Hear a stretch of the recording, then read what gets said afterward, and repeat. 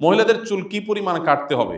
মহিলাদের মাসিক বন্ধের ওষুধ খাওয়া যাবে কিনা? আমার বড় বোন হজের সকল প্রস্তুতি শেষ করেছেন, আগামী 16 মে তার ফ্লাইট। দুঃখজনক হলেও সত্য, তার স্বামী ইন্তেকাল করেছেন। মাহরাম হিসাবে তার ছেলেও আমি একসাথে হজে যাচ্ছি। এমত অবস্থায় আমার বোনের হুকুম কি? তার হজে যাওয়ার ব্যাপারে কোনো বাধা আছে কিনা দয়া করে জানাবেন। আমরা প্রথমেই দোয়া করি আল্লাহ তাআলা আমাদের এই বোনের স্বামীকে মাগফিরাত নসিব করেন এবং তাকে এবং তার পরিবারকে সান্ত্বনা নসিব করেন।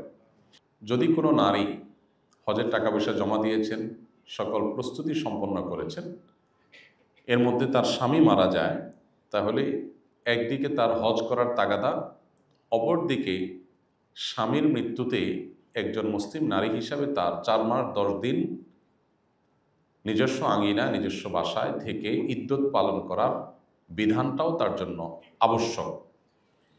এক্ষেত্রে তিনি কোনটা করবেন? যে কোনো একটা তাকে ছাড়তে হবে। এর উত্তর হলো, এরকম পরিস্থিতিতে তিনি যদি হজের সফর শুরু না করে থাকেন, এখনও ফ্লাইটের বাকি আছে আর কয়েকদিন, এরকম সময়েই মৃত্যুর ঘটনা যদি ঘটে, তাহলে সেক্ষেত্রে তিনি আর হজে যাবেন না, তিনি ইদ্যত পালন করবেন। স্বামীর মৃত্যুর ফলে তার শোক পালন, ইদ্যত পালনের জন্য 4 মাস 10 দিন নিজ গৃহে অবস্থান করবেন।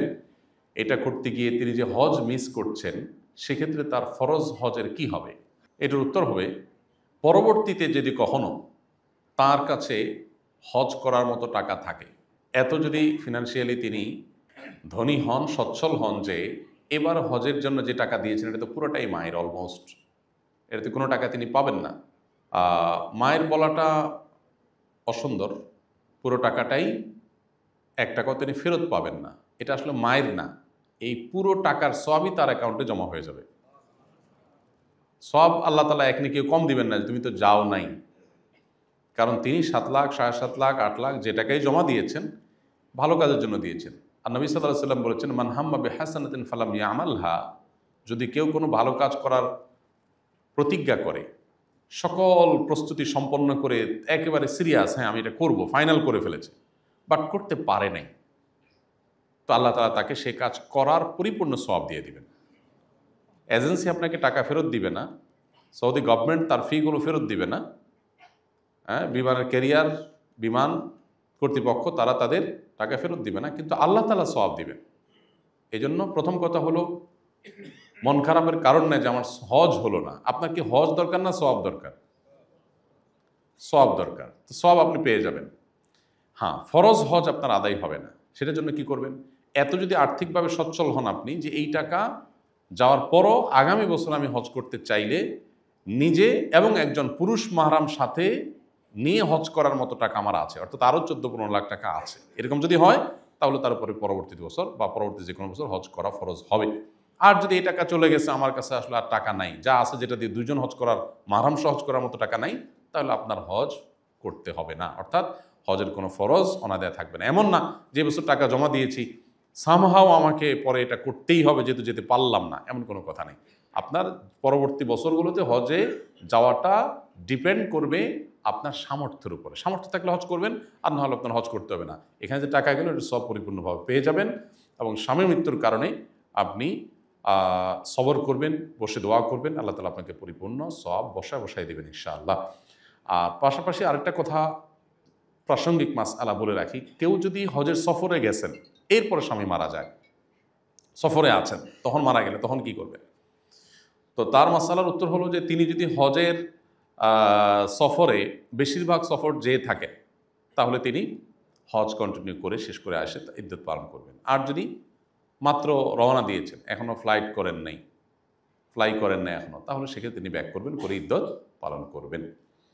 আর যদি হজের সফরে পৌঁছে গেছেন তারপরে হয়, একই কথা প্রযোজ্য, সফর শেষ করে যত দ্রুত সম্ভব তিনি নিজ জায়গায় এসে ইদ্যত পালন করবেন। মহিলাদের মাসিক বন্ধের ওষুধ খাওয়া যাবে কিনা? যাবে, যদি বড় কোনো সাইড এফেক্ট না থাকে এটা ব্যবহার করে যেতে পারেন। হজের সময় মাসিক থাকলে বিধান কি? হজে মাসিকরত অবস্থায় হজ করতে পারবে, হজের যে মেইন কাজ সব করতে পারবে, শুধুমাত্র তওয়াফটা করতে পারবে না। তো তওয়াফ সাই এটা আটকে রাখবে, মাসিক যেদিন ভালো হবে সেদিন তওয়াফ সাই করবে, দেখছে না? বিদায় তওয়াফের সময় মাসিক থাকলে বিধান কি? ওই যে বললাম, বিধান হলো মাফ। বিদায় তওয়াফ সময় মাসিক থাকলে কাফেলা চলে যাবে, বাস ছেড়ে যাবে, মহিলা মাসিক আছে, তাহলে তার বিদায় তওয়াফও করতে হবে না, আবার দমও দিতে হবে না। মহিলাদের চুল কি পরিমাণ কাটতে হবে এটা দেখিয়ে দিলে ভালো হতো। 1 ইঞ্চি, আঙ্গুলের একটা কর পরিমাণ, বাস এটুকু কাটলে হয়ে যাবে। আমি এবং আমার মা হজের ফ্লাইট 29/5/2025, একই দিন আমারও ফ্লাইট ইনশাআল্লাহ। আমাদের জন্য হজে তামাত্তু অথবা হজে কেরান কোনটা উপযুক্ত হবে সময় বিবেচনা করে? 29শে মে মানে হলো হজের বোধহয় মূল হজ শুরু হওয়ার 4-5 দিন আগে, সম্ভবত 5-6 দিন আগে। তো 5-6 দিন আগে হলে আপনি যদি হজে কেরান করতে পারেন, আপনার জন্য কেরান উপযুক্ত। ওমরা করে 5-6 দিন আপনি এহরামরত থাকবেন। এটা যদি আপনার জন্য অসুবিধা না হয় তাহলে কেরানের জন্য গুড, কারণ এরপরে বোধহয় লাস্ট ফ্লাইট আর একটা আছে বা একদিন আছে লাস্ট ফ্লাইট। সো এটা কেরানের জন্য বেস্ট যদি আপনি হিম্মত করেন। আর যদি মনে করেন যে না, কেরান আমার জন্য কষ্ট করা হবে, তাহলে তামাত্তু করবেন। ওমরা শেষে মহিলাদের চুল কেটে হালাল হওয়ার ক্ষেত্রে এমন কোনো বিধান আছে কি না যে শুধু হালাল ব্যক্তি দ্বারাই মহিলাদের চুল কাটতে হবে? এটা আমরা বক্তব্যে বলেছি বারবার, কোনো অসুবিধা নেই, যে কেউ যে কারোটা করে দিতে হবে, হালাল করে দিতে পারবে। হালাল হওয়া জরুরি না, অর্থাৎ স্বামী এহরামে আছে এই অবস্থায় স্ত্রীর চুল কেটে দিতে পারবে। মহিলারা, 2জন মহিলা এহরামে আছেন, রুমমেট, একজন আরেকজনটা কেটে দিতে পারবেন, কোনো অসুবিধা নেই। মেয়েরা তফ ও সাই করার সময় কি কেটস পড়তে পারবে কিনা? হ্যাঁ, মেয়েদের জন্য তো সব অলমোস্ট লিগাল, তাদের জন্য সব, তারা সবই করতে পারবে। সব যত বিধিনিষেধ এর বেশিরভাগ তো আমাদের জন্য, আমরা যারা পুরুষ হয়ে জন্মেছি আমাদের জন্য। মেয়েরা পড়তে পারবে, কোনো অসুবিধা নেই, কেটস পড়তে পারবে। মেয়েরা এহরাম পরার জন্য নিয়তের আগে কি সুগন্ধি ব্যবহার করতে পারবে? না, মেয়েদের জন্য তো এমনিতেই সুগন্ধি ব্যবহার করার ব্যাপারে নিরুৎসাহিত করা আছে শরীয়তে, যে তারা বাইরে যাবে পরপুরুষ, তাদের শরীরে সুগন্ধ আসবে, এটা তাদের প্রাইভেসির খেলাফ হবে, এটা তারা করবেন না।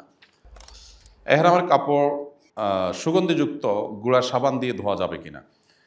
সুগন্ধিযুক্ত গুঁড়া সাবান অ্যাভয়েড করতে হবে। আপনি এহরামের কাপড় ধুইতে হলে দরকার নাই তো সাবান ছাড়া ধোন।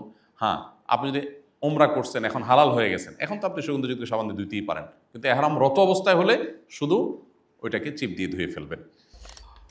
হজে যাওয়ার আগে সাধারণত কোনো ঋণ থাকলে শোধ করে যেতে বলা হয়, কিন্তু জীবনে বিভিন্ন সময় বান্দার হক নষ্ট করা হয়েছে, কেউ মারা গিয়েছে, কারোর সাথে যোগাযোগ নাই, এই ঋণ কিভাবে শোধ করব? আনুমানিক একটা ফিগার বের করবেন যে কত টাকা হতে পারে, সব মিলিয়ে সে টাকা কোনো গরিব দুঃখীকে দান করে দিবেন, যে মালিক খুঁজে পাওয়া সম্ভব না, তাদের তরফ থেকে আমি দান করলাম, আল্লাহ তুমি তাদের অ্যাকাউন্টে দিয়ে দিও। এটাতে ইনশাআল্লাহ আপনি দায়মুক্ত হতে পারবেন।